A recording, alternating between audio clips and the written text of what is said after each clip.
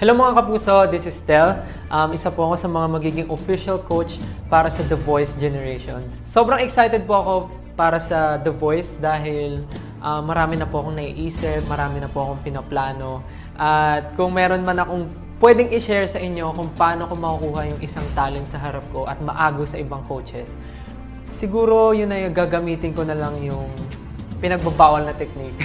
At yun ay ang gamitin ng pagiging SB19 ko. Hindi. Siguro gagawin ko yung best ko para masabi sa kanila kung ano talaga yung goal ko sa show na to. Yung goal ko bilang coach nila. And magiging totoo lang ako sa kaya kong gawin at sa mga hindi ko kayang gawin. Kasi pinakaunang inisip ko dito bago magsimula ang show na to, ang hinahanap ko lang na boses ay yung talagang hindi natatakot parinig yung boses niya sa buong mundo.